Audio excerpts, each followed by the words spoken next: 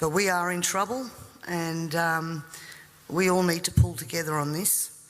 And first of all, I'd just like to thank people who have been supporting Flag Australia.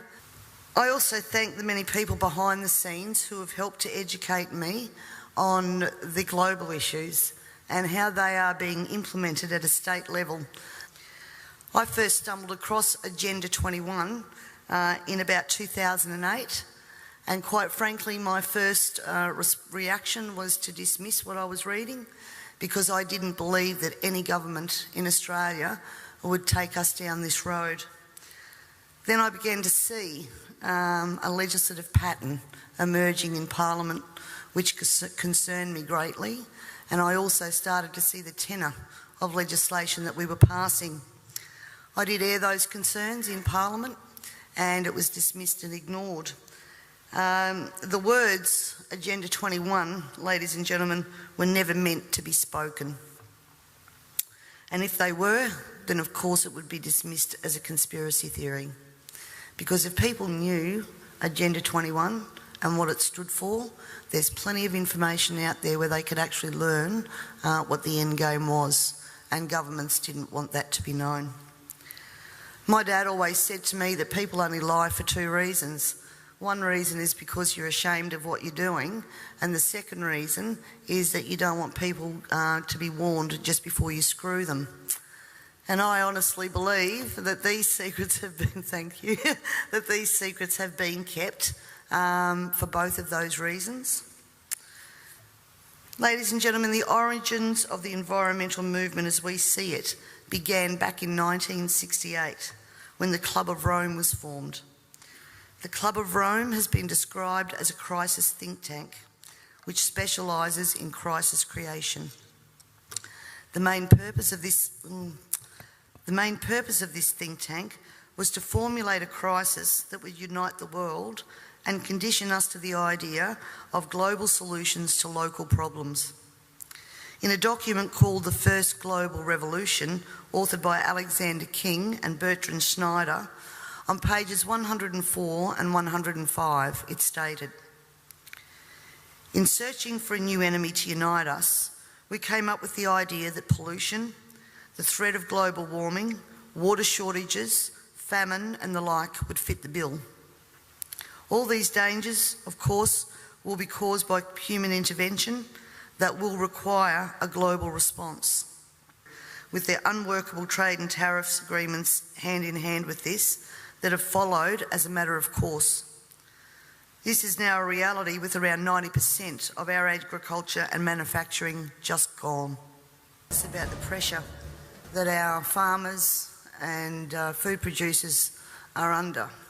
But let me just make the point that these policies come from a faraway place, and now we're almost at checkmate.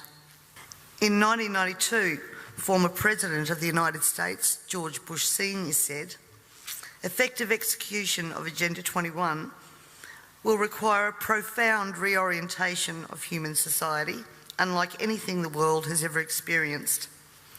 A major shift in the priorities of both governments and individuals, and an unprecedented redeployment of human and financial resources. This shift will demand that a concern for the environmental consequences of every human action will be integrated into individual and collective decision-making at every level. That Agenda 21 is about controlling every aspect of our lives: how we eat, what we eat, how much we eat, how we move around, food production, the amount of food and where we even live. Individual rights will have to take a back seat to the collective. This segment of our society, who fear one world government and UN invasion, through which our individual freedoms will be stripped away, would actively work to defeat any elected official who joined the conspiracy by undertaking Agenda 21. So we will call our process something else. We will call it comprehensive planning, or growth management, or smart growth. We ended up with sustainable development. The redeployment of human and financial resources has now become visible to us all via the cut to services and programs to assist the sick, the young, the elderly, and of course the creation of another level of poverty now identified by the term the working poor.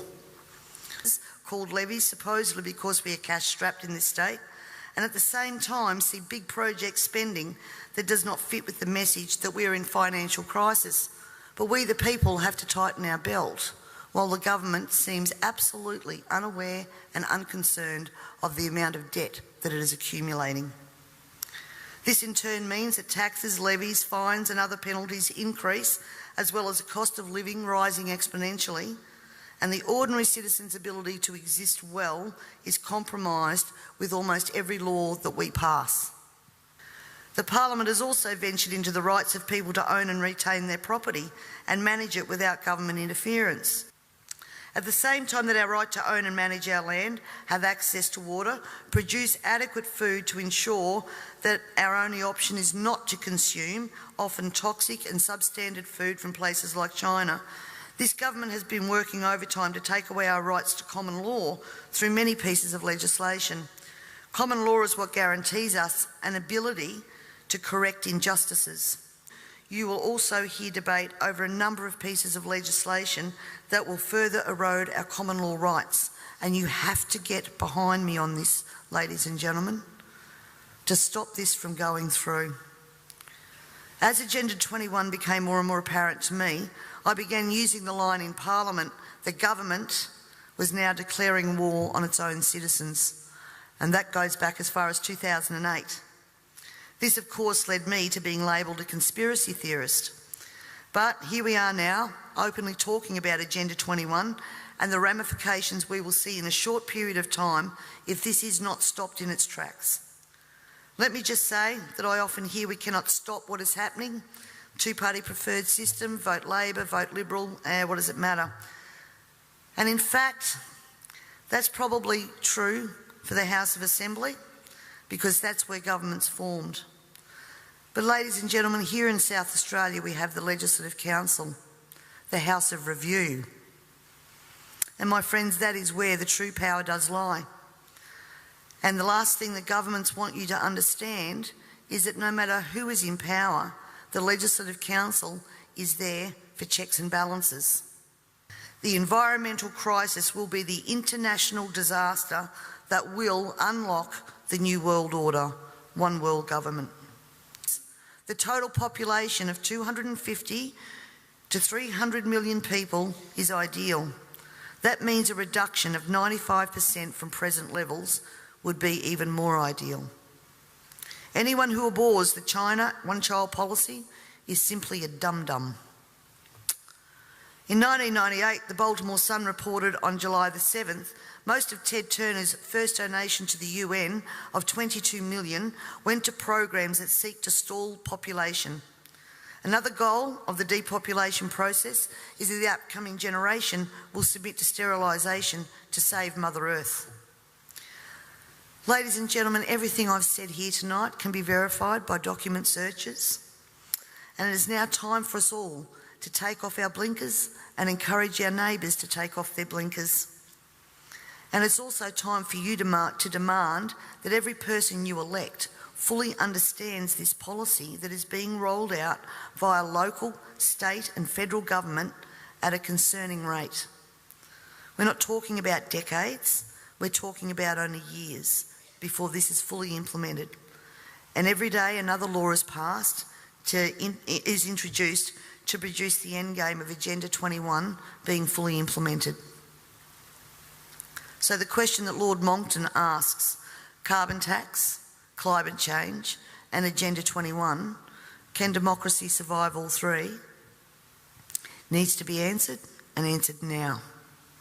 And you need to find out from your elected members what they know of Agenda 21, and if they don't know it, educate them.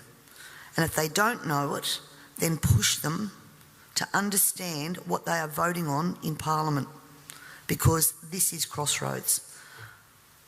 I thank you all very much for your time and for your attention.